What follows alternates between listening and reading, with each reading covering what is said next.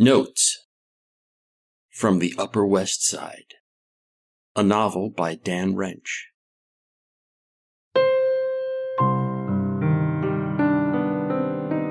Chapter 106, The New Context.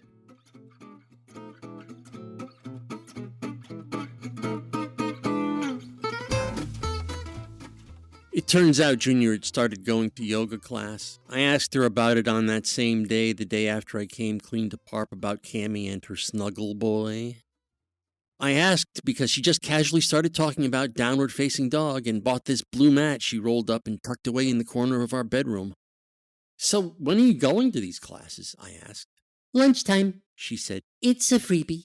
Mohum added it last year as a benefit. I also found out what she was studying at the Newbie School. Quote, woman, family, and the new context, end quote. I still have no idea what the new context is, but I assumed back then it had something to do with how women can be strong and independent and still finger their clits while thinking of movie stars. Somehow yoga and fitness had a place in the new context, and it started to bug me a little that the wife was clearly transforming herself into slam bait for any transient cock. And before you ladies start saying, aha, you hypocritical bastard, don't forget, I'm on to you. I know why you feed us and fatten us up and break us down into sniveling simps for web sluts. It's so no other woman will ever want to fuck us. So don't pretend to be the victims here.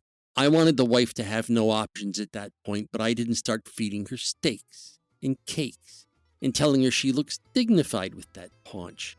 That's just not honorable. It's female.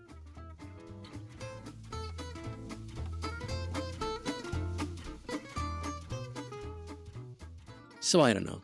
In the back of my mind, I still kept snapshots of the single mommies I wanted to plow, and it seemed like a good day was when one of them looked at me with that couple-second linger.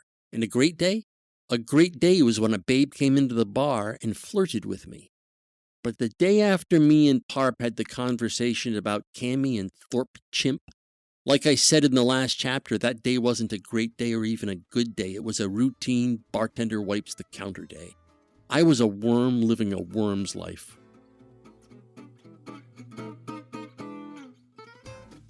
Worse, I was a square worm living a square worm's life.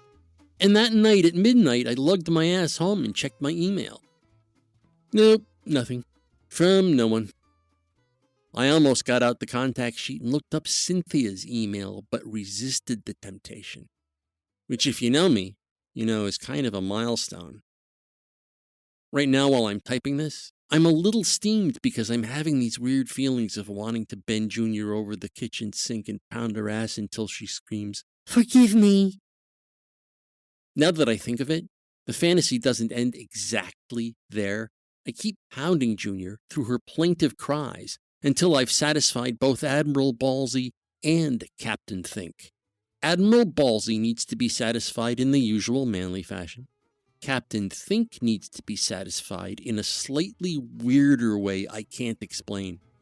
It's like he's getting vengeance, but only if you can imagine vengeance having a wild laugh like the Joker as played by Cesar Romero.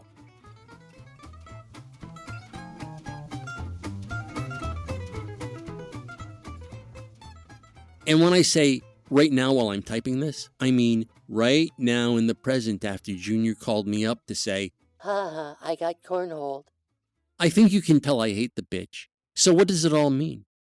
I definitely need her to be crying in order to get a smile back on my face, so I've got a session with Jessica in half an hour. I'll see what she says. Okay, back from the session. No breakthrough. Maybe I want to assert my dominance over the absconding twat, and maybe, according to Jessica, I want to be reminded of how powerless I am in the real world.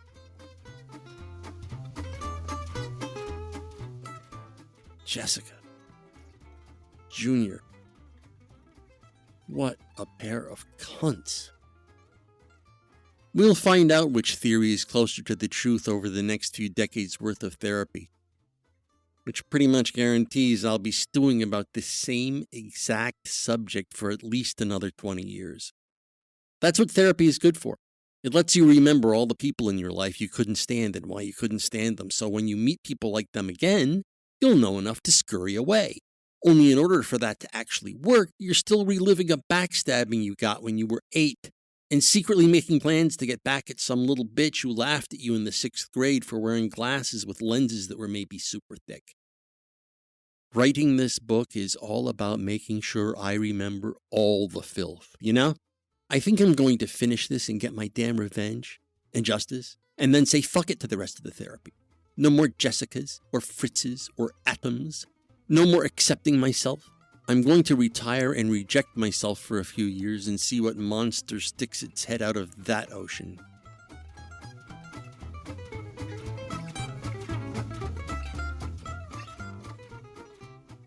Oh, and while I was in her office, Jessica asked to see the book again, you know? This book. The whole thing about me wanting to pound Junior's ass while she begs and sobs. The fact that I wanted to start pounding it after she was cruel to me with the cornholing remark. The fact that what really turns me on is the thought of her giving it to me to pound until she cries, but I still keep pounding like a bastard. The fact that Captain Think has a Cesar Romero laugh. That was maybe 10 minutes of the session.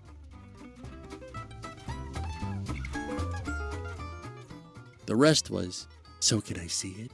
Why can't I see it? I'm not going to judge you. I just want to see what progress you're making. Then she got heavy-handed. She called writing the book an integral part of my therapy that I wasn't sharing with her. Didn't I want feedback? Didn't I respect her?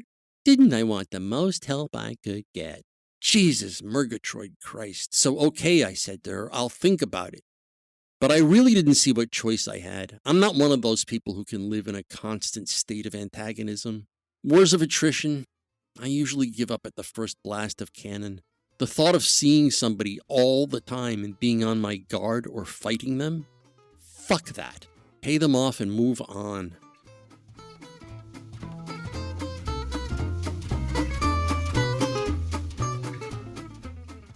Notes from the Upper West Side is a work of fiction. The people depicted in this work do not exist. Notes from the Upper West Side, copyright 2022, by Dan Reg.